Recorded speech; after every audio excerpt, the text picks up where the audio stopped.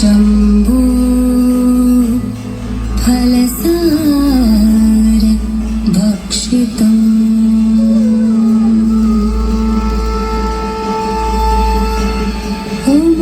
उमासुतं शोक विनाशकारणम्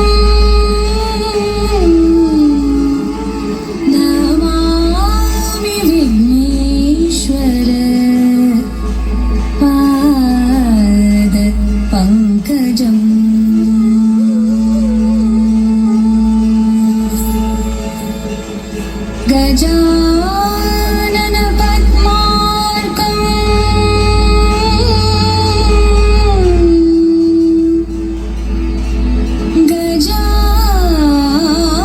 गजाननम् अहर्निशम्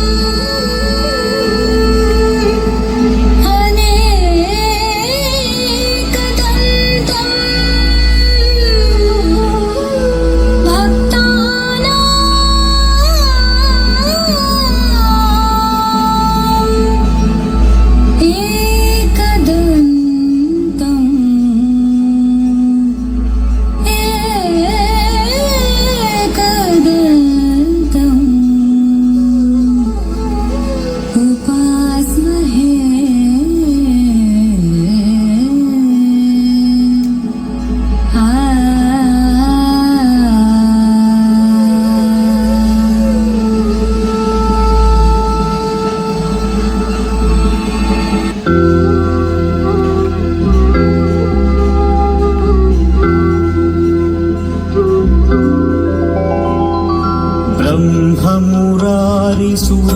ब्रह्ममुरारिसुरार्चितलिङ्गं निर्मलभासितशोभितलिङ्गम्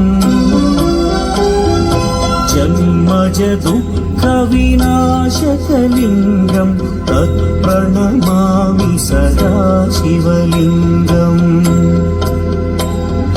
देवमुनिप्रवरार्चितलिङ्गं कामदहन करुणाकरलिङ्गम्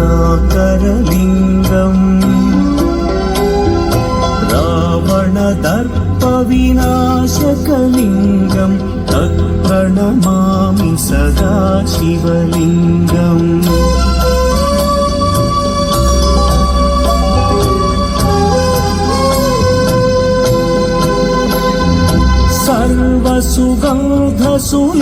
सर्वसुगन्धसुलेपितलिङ्गं बुद्धिविवर्धनकारणलिङ्गं सिद्धसुरासुरवन्दितलिङ्गं तत्प्रणमामि सदा शिवलिङ्गं कनकमहामणिभूषितलिङ्गं मणिपतिवेष्टितशोभितलिङ्गम्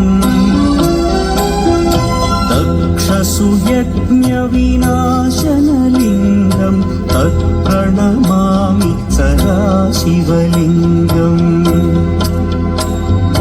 कुङ्कुमचन्दनलेपितलिङ्गं पङ्कजहार सुशोभितलिङ्गम् सञ्चितपापविनाशनलिङ्गं तत्प्रणमामि सदा शिवलिङ्गम्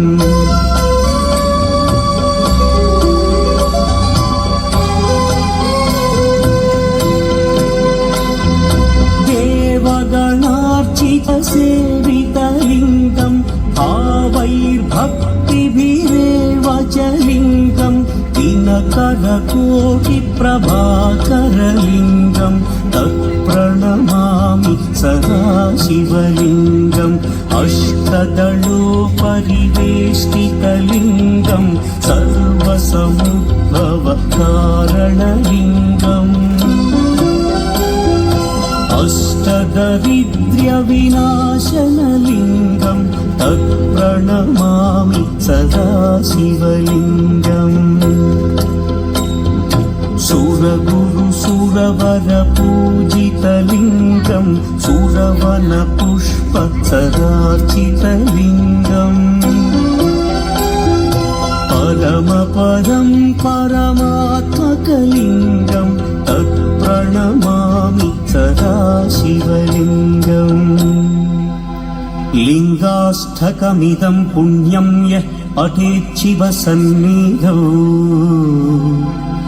शिवलोकमवाप्नोति शिवेन सह मोदते।